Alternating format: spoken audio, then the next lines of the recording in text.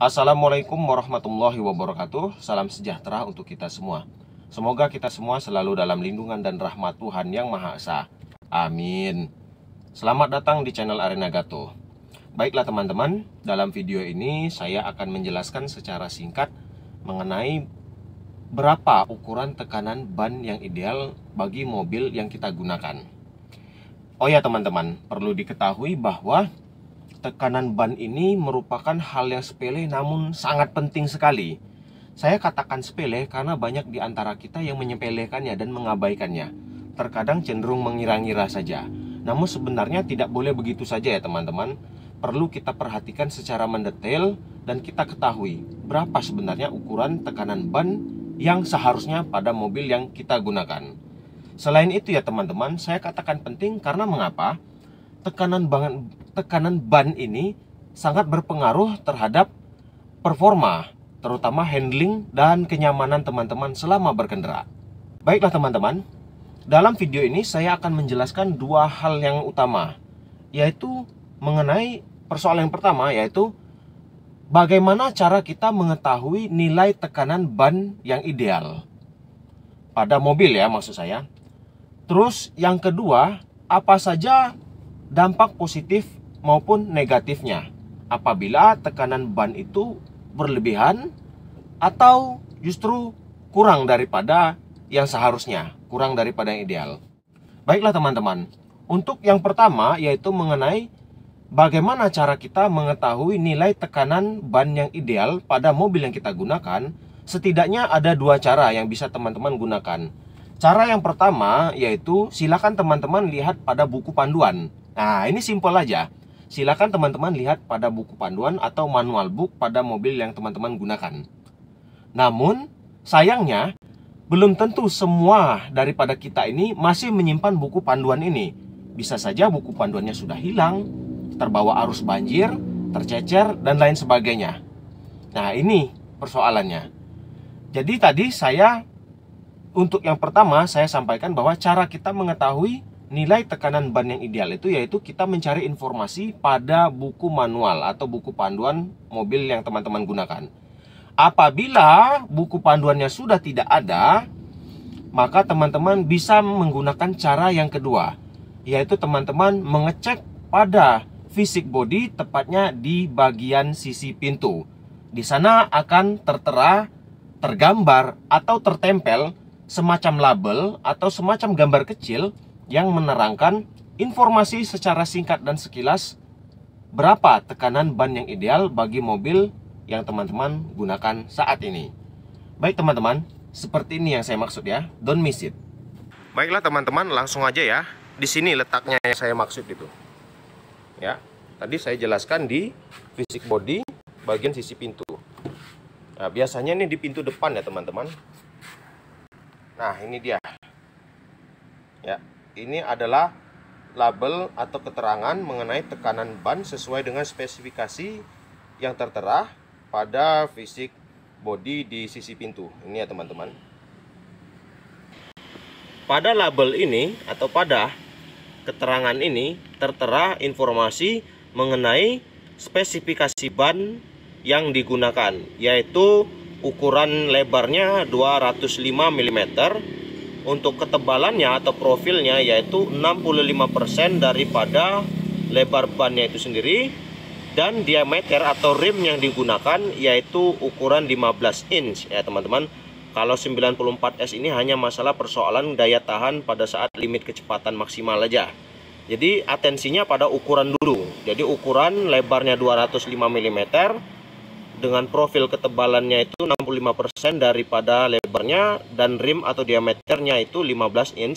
Tekanan yang dianjurkan atau yang idealnya sesuai dengan standar spesifikasi pabrikan yaitu 230 kPa. Baik itu muatannya hanya 2 orang saja atau muatan sedikit maupun muatan full misalnya 7 orang atau lebih ya teman-teman. Jadi ini adalah informasi mengenai tekanan ban pada kendaraan mobil yang teman-teman gunakan. Saya pun juga menggunakan ban dengan spesifikasi yang dianjurkan oleh pabrikan, yaitu ban dengan ukuran 205/65 R15. Lebarnya 205 mm, ketebalan atau profilnya itu 65% dari lebarnya, dan ukuran diameter atau rim yang digunakan yaitu 15 Perlu inch. diketahui ya teman-teman, beda mobil, beda ban yang digunakan, maka tekanan bannya itu bisa berbeda pula. Maka tidak bisa disamakan untuk semua mobil. Baiklah teman-teman, itulah tadi penjelasan mengenai bagaimana cara kita mengetahui tekanan ban yang ideal bagi sebuah mobil.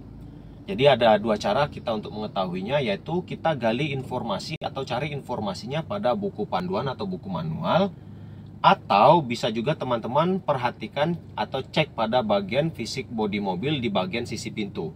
Tertera di sana informasi mengenai tekanan ban yang ideal sesuai dengan spesifikasinya masing-masing. Ya, lebih kurang seperti itu. Kalau teman-teman kebingungan juga, mungkin bisa juga browsing di internet ya teman-teman. Tapi kalau browsing di internet ini kan mereka kan universal.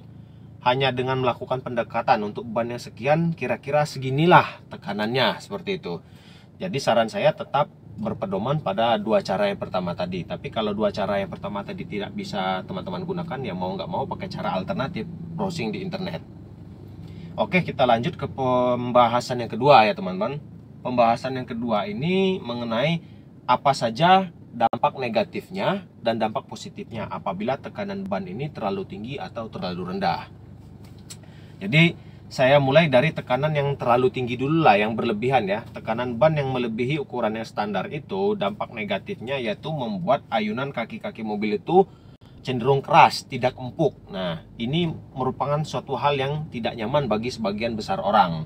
Selain itu, tekanan ban yang berlebihan atau terlalu tinggi itu juga menyebabkan traksi atau daya cengkram ban terhadap jalanan yang teman-teman lewati itu berkurang, sehingga berisiko menyebabkan ban itu slip.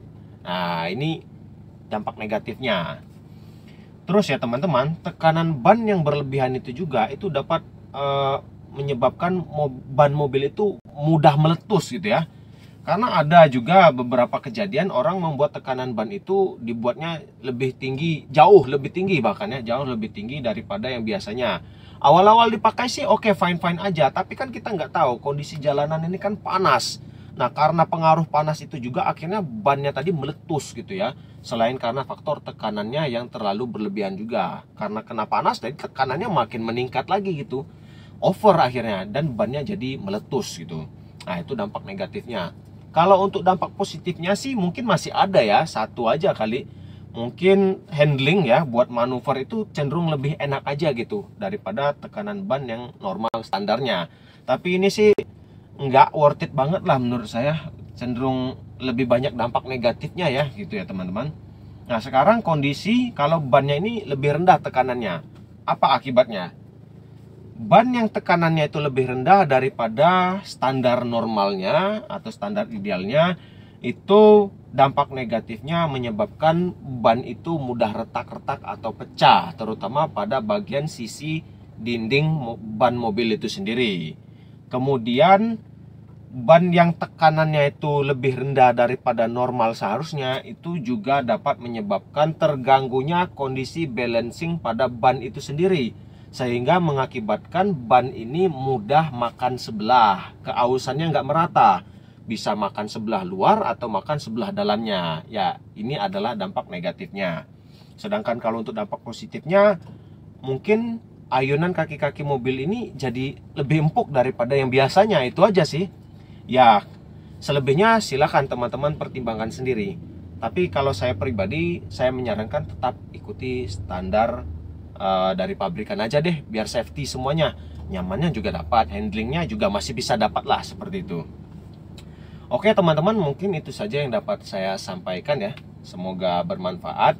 Saya mohon maaf apabila masih terdapat kekurangan di sana sini di dalam video saya ini, baik itu kualitas video, materi maupun penjelasan saya. Saya juga mohon maaf apabila masih ada kata-kata yang kurang berkenan di hati teman-teman atau menyinggung perasaan teman-teman semua. Silakan teman-teman like, comment, share, dan subscribe agar channel ini dapat terus berkembang. Terima kasih. Wassalamualaikum warahmatullahi wabarakatuh.